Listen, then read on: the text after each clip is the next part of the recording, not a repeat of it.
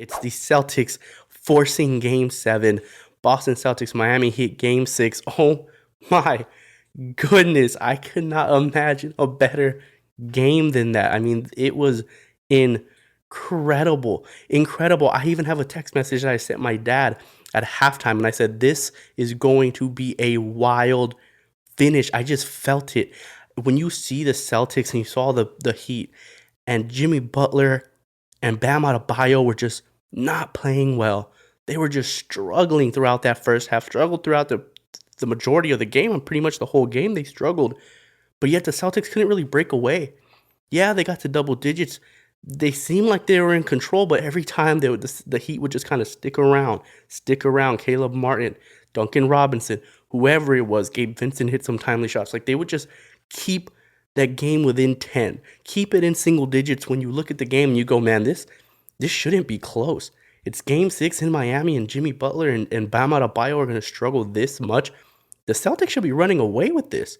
But for some reason, I don't know how, the Celtics were allowing the Heat to just hang around. And because of that, I knew this is going to be a wild finish. This is going to come down to the wire. I had no idea it was going to finish like that. Jimmy Butler coming up huge with some clutch free throws, hitting 3 free throws in a row. Al Horford, what the hell are you doing, man?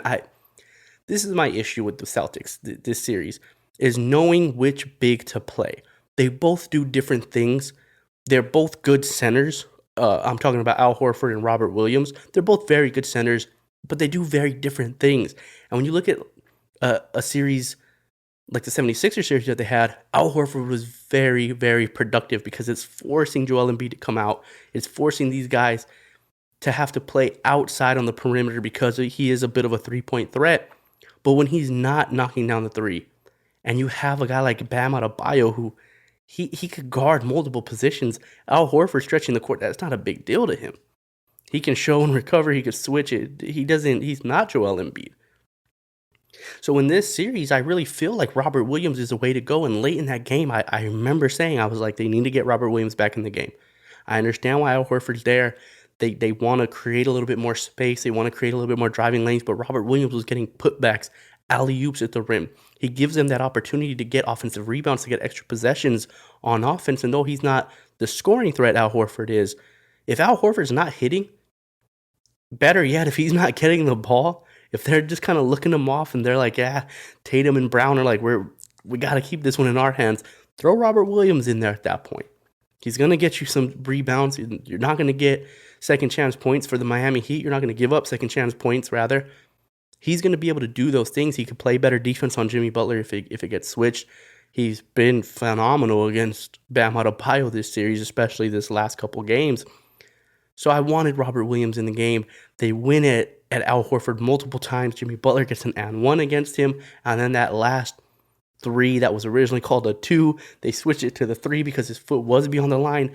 I mean, Jimmy Butler's falling. He's sidestepping, falling out of bounds. His weight's kind of drifting towards the baseline, and you're going to foul him. Like, you just got to get a hand up. You just have to be there. You don't have to block the shot. That's a different, like, you will live and die with that shot going in. You cannot put him on the free throw line for 3 free throws, rather, at that point, to put them up, to have the chance to put them up. And Jimmy Butler, for struggling the entire game. The whole talks was Jimmy Butler's shooting percentage for that game and how terrible he was being. And all of a sudden, the game's on the line. You have 3 free throws. You knock all 3 down, potentially win this series.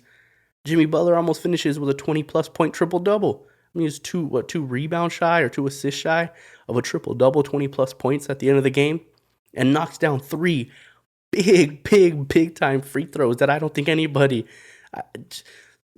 People don't understand, right? I don't understand. I understand a little bit from playing sports, like that type of pressure, to be in that moment, to look and have everybody staring at you and knowing, like, golly, this is different. It's not like shooting free throws in the gym. It's not like shooting free throws at practice. Like, that is a completely different atmosphere. To do it in the NBA on a closeout game, at home, that level of pressure must have been insane. Like, just the coldness, the ice in the veins of Jimmy Butler to go up and knock down all 3 free throws and give them the lead in what I thought was going to be the series. I thought that's game. That's game. And then they play the perfect defense. The Heat come out and they cover it all up. Jaylen Brown's not available. Jason Tatum's not available. I would like to see a better play ran there from Missoula and the Boston Celtics. I would like to see a little bit of a better play. They get the ball into Marcus Smart's hands. He has to take kind of a turnaround, falling away, jump shot, mid-range, misses it. And who else? Who else but Derek White, the guy who just doesn't get talked about enough, the guy who just constantly does the right thing, that just always seems to be making the right play all the time. He's there for a putback. Just insane, the most improbable game-winning putback you'll ever see. Gets it touched back in. Confusion on the court. Nobody knows. Was it good? Was it not good? Did he get it off? We don't know. They show the replay. Everybody freaks out. The whole entire arena goes silent. Miami is stunned. They're heartbroken. And now we have a Game 7.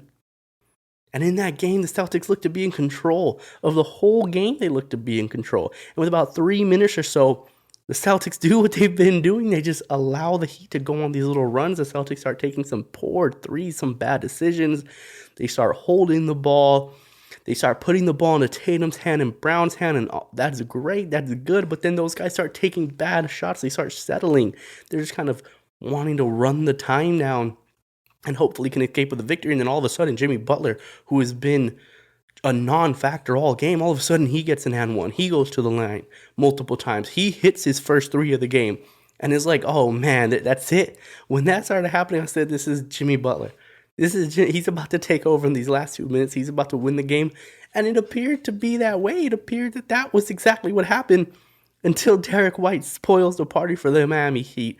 Stop the confetti. Stop the celebration. You're not going to the NBA Finals just yet. We are going back to Boston for Game 7, and I cannot imagine that there is anybody out there that is picking Miami to beat Boston in Game 7. Think about how crazy that is. No team in the history of the NBA has ever came back from being down 3 games and won the series. No team has ever came back from 0-3 to win the series.